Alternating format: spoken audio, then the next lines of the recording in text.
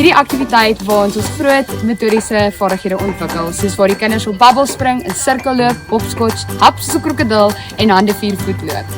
Dit ontwikkel hulle koördinasie, balans en spierkrag wat tot verdere ontwikkelinge sal dan lei waar hulle dan sal kan hardloop en groter kan spring.